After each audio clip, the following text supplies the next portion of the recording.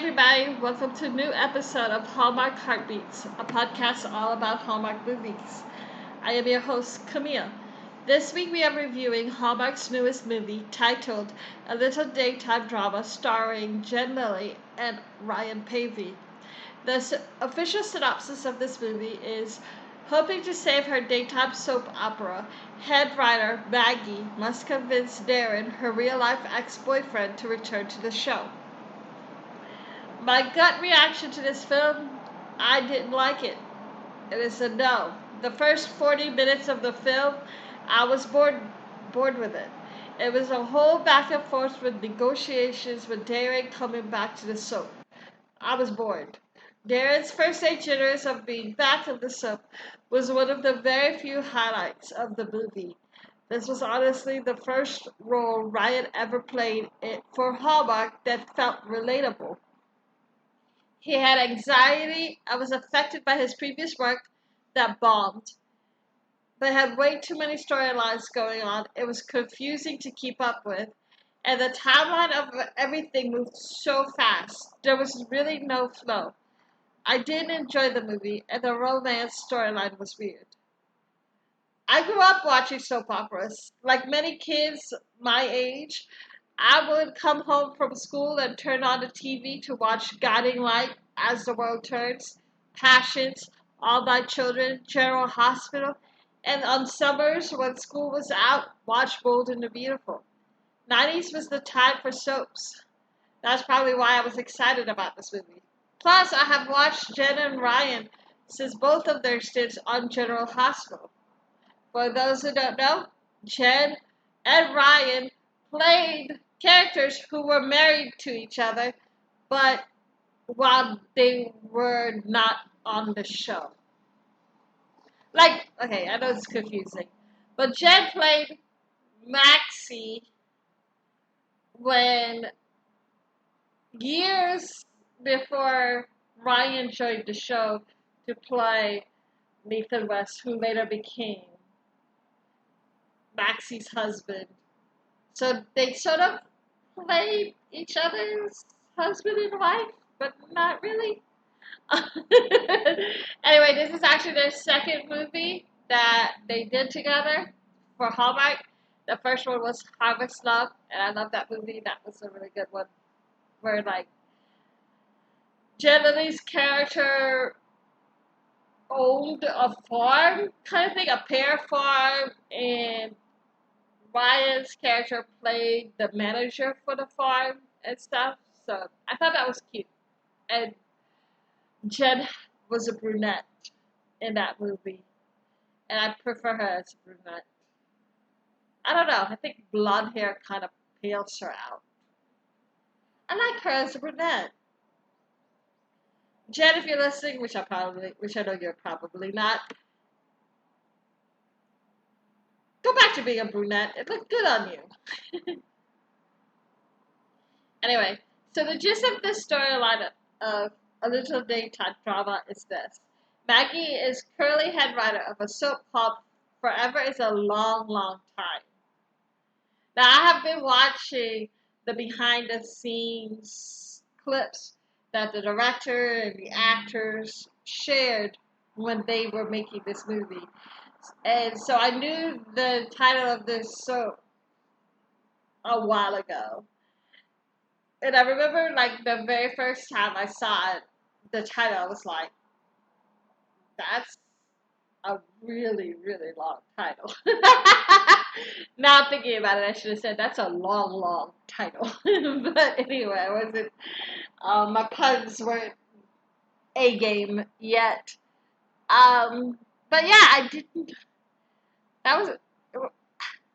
just used to, I don't know, 2 or 3 word soap titles. Forever is a long, long time. That's 6. As the World Turns had 4. And I think that was the longest worded title for a soap that I grew up watching anyway. So, that was just weird. Anyway, The producer of the show, the current producer, is Alice, who is played by soaps legend Linda Dano. She's kind of an old-fashioned soaps writer. You know, she's been part of the show for its whole 40 years tenure, and is reluctant to change the storyline to do a more contemporary take. The ratings are dropping, so the network head honcho wants Darren Mitchell, former star of Forever's a Long, Long Time, to come back. Problem is, when Darren left, he promised never to return. He and Maggie dated for like 3 years. They had some kind of falling out, and he left never to come back. Darren played Detective Preston Stillwater, a cop who died saving children from drowning. That was another good chuckle because that's a parallel to Ryan.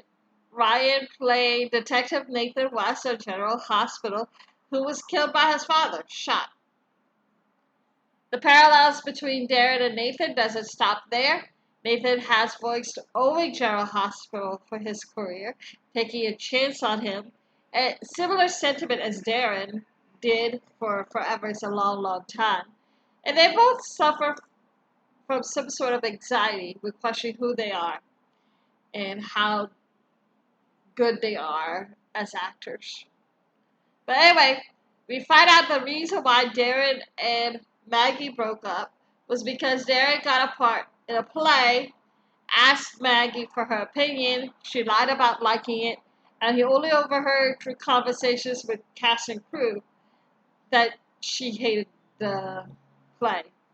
I mean, okay, that was a weird, really, really weird reason to break up. You broke up with her because she tried to spare your feelings and you told you, yeah, she liked to play. I mean, here's the thing. Yes, honesty is the best policy, but sometimes when, your boyfriend or your significant other is like really, really excited about this project, you kind of sort of struggle with, do I tell them that the project sucked or do I tell them that, hey, go for it, it's good or whatever? I try hard to be honest because I don't I feel like it's one of those things where honesty is not gonna hurt people anyway. I struggle with that sometimes when I do podcasts, especially when I'm gonna interview like someone in a movie. For example, last week when I did not like Wedding March 6th, and a couple of days later I am interviewing Nathan Vita, who starred in um, the movie.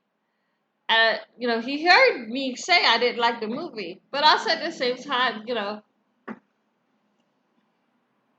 I had to be honest. I couldn't like lie just because I'm gonna be talking to Nathan and tell him the movie was wonderful and the best movie ever, because that's not honesty, And the thing about it is, what other podcaster told me, that's brave of you to just straight up tell him you didn't like the movie.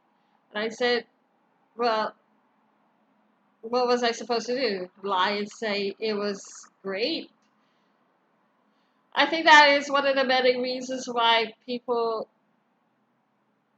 like a lot of the podcasts, is because there's honesty behind it. And you can be a fan of the actor, you can be a fan of Hallmark, you can be a fan of um, the storylines and stuff like that, but it doesn't mean that you will like everything about it. That's not how it works anyway. So I kind of wish that I understand why probably Maggie was reluctant about being, about being honest about how she felt about the play. But I also feel like you have to be honest because that's just how it is. You have to give your honest opinion, especially if your significant other asks for your honest opinion. But also at the same time, there's a how do I say this? There's a very thin line. There's a lot of times when your partner asks you for your opinion on something, they don't want your real honest opinion, especially if it's bad. They just want you to like tell you good job or whatever. But I don't know. The play sucked. The play that Darren left the show forever is a long, long time to do. It only lasted 2 weeks.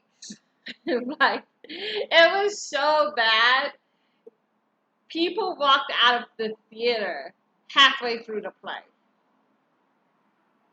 That's not good. Um, it really affected Darren's psyche because he was excited for the play. He thought it was good. He started to question himself, like, oh, is it me? Am I a bad actor? Can I act? That kind of thing. So when Maggie came to visit him at his home to talk him into returning to the soap opera, Darren was between jobs, freelancing as a gardener. He really just flat out said no. No to new dressing rooms, no to script approvals, no to even a raise. But Zach, his agent, told him, look, you need to go back to acting because that is what Darren is. He can't just keep waiting for another play, which was his passion or whatever. He needs to go back out there again. And Zach kind of encouraged him to say yes to Maggie. So Darren agreed to come back to Forever for 4 weeks. 4 more weeks. That's it. Which gives Maggie a new challenge. How do we explain Detective Preston Stillwater coming back from the dead and letting him leave only a month later? She was still holding out hope that Darren will change his mind and stay for good. But nothing is set in stone with soap operas. So that was the first 40 minutes of the film. Finally, Darren is on set and he's filming his episode. This was my favorite part of the whole film. Darren's first day jitters. He was forgetting his lines. You can tell the play is affecting his psyche.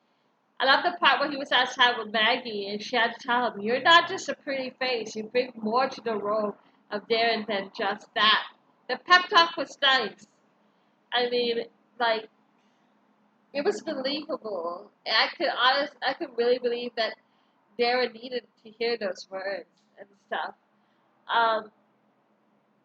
Also, you can watch his snapping the rubber band that's on his wrist, which we later find out his acting coach told him to do that to kind of keep him grounded when he's having anxiety or whatever.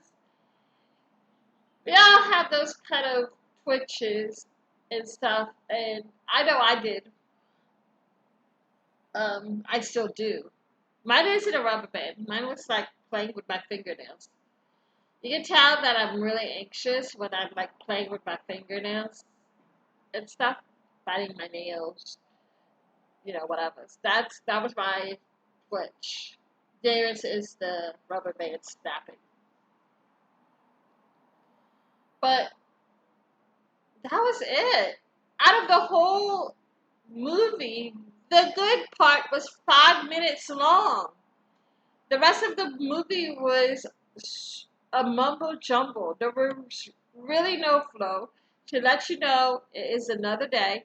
We only knew it was a different day from the previous scene because Darren and Maggie had changed clothes. That was it. You can only tell that it was the same day because they wore the same outfit. There was some conflict, which was typical of Hallmark. Maggie heard Darren might be leaving the show for a play in New York. She skipped the word might, I just assumed he was leaving the show without telling her about it. She wrote Darren off by making Detective Preston Stillwater die by getting hit by a bus.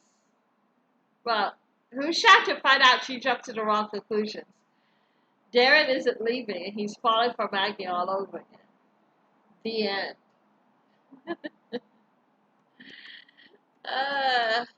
I gave this movie 2.5 stars, and that's generous. There are some saving graces to this movie, though. Like I said, I think this is the most relatable character Ryan has ever done for Hallmark. His roles are usually rich moguls, Harvard graduate type of person. I'm not saying playing an actor is relatable, but the anxiety, first day jitters, even the snapping of the rubber band, that is relatable and great to see. It would be nice to see more of Ryan playing those type of guys, not just the brooding rich dude.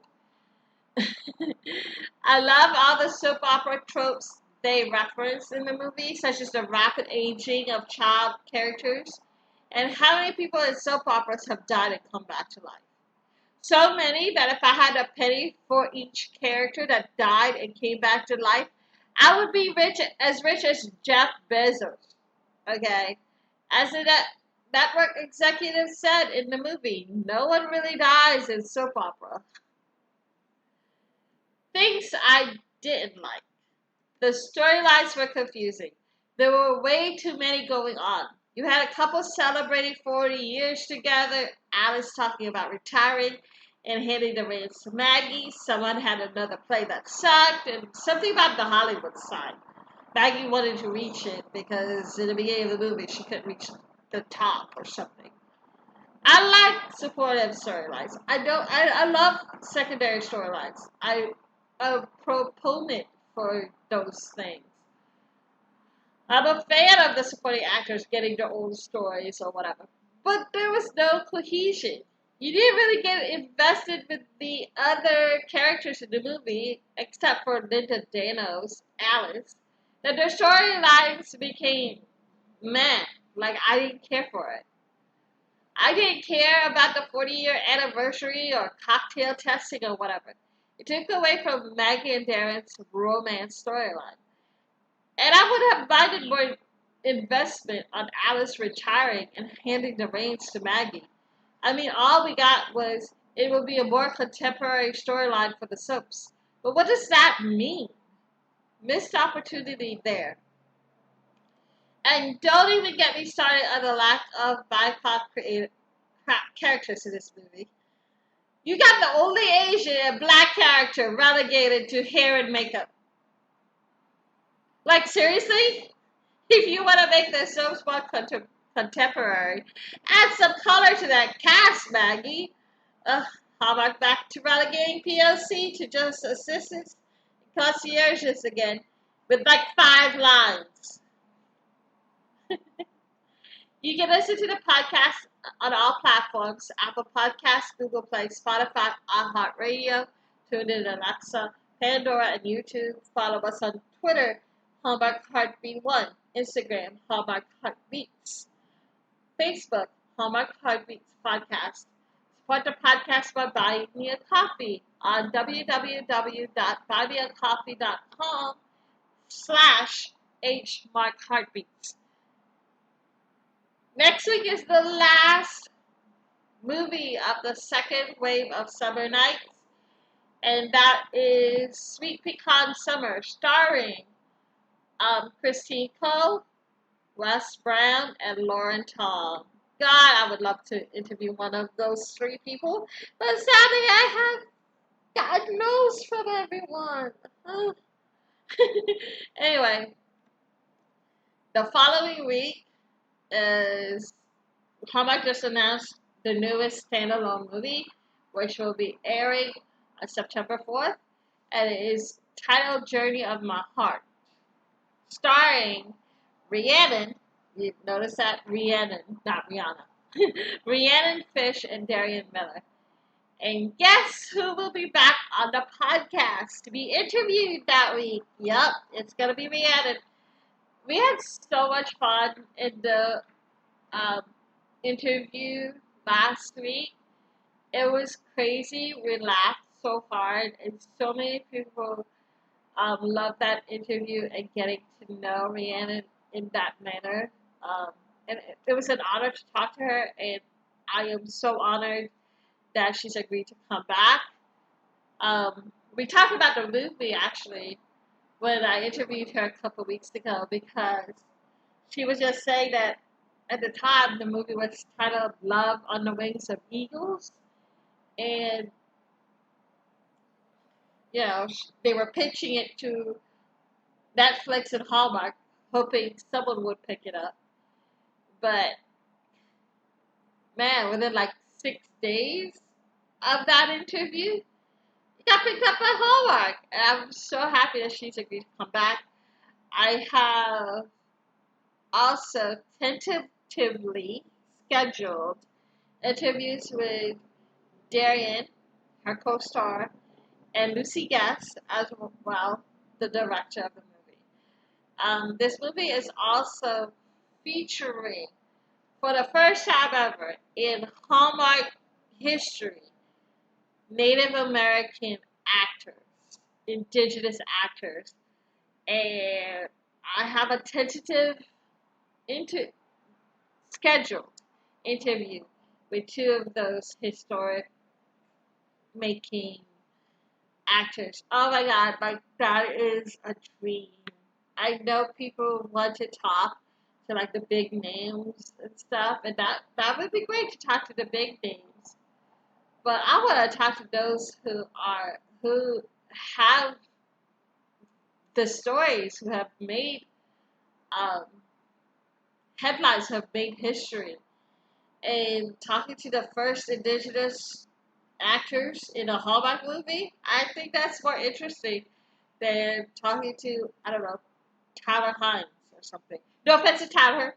I still would love to interview him, but um, anyway. So the podcast reviewing that will come out on September 7th. Then fall harvest begins.